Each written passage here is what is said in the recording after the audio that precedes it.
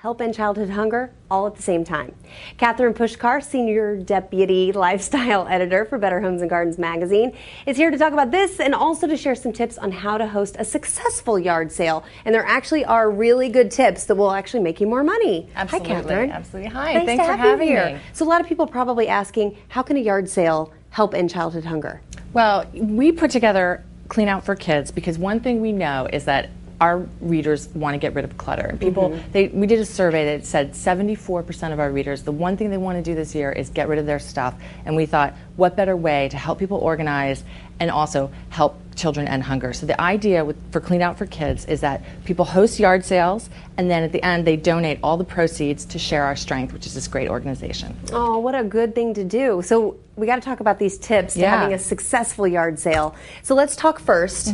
How long should a yard sale be? Should it be over a weekend, over a whole week? You know, we recommend keeping it to one day, Saturday most likely, and set your hours, 8 to 4, 9 to 2, whatever works for you, but really define the hours, define the day. Okay, so one day, that's good. That's less work for you, right? Absolutely. And then also it gives you a rain date in case, you know, the weather doesn't cooperate. Ugh, I hate when that happens, when you're trying to go to a yard sale and it's raining.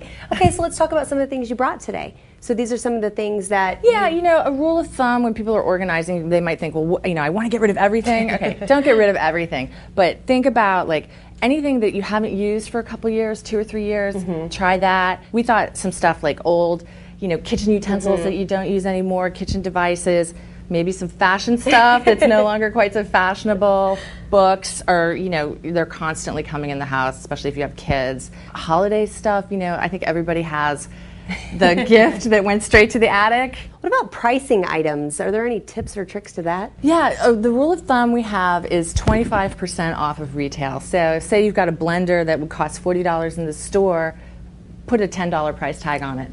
That's still going to make you a decent amount of money, it sounds like. Yeah, and you know what? Don't be set on that price, because people are coming and they want to have a good time, and part of that experience is negotiating or haggling a little bit. So, you know, maybe you sell that $10 blender for $5. It still goes to a good cause. Yeah, be ready to bargain. Okay. Absolutely. So you brought an extension cord, and I think this is one of the really great tips. This is a great tip, and I totally would not have thought of it without BHG telling me.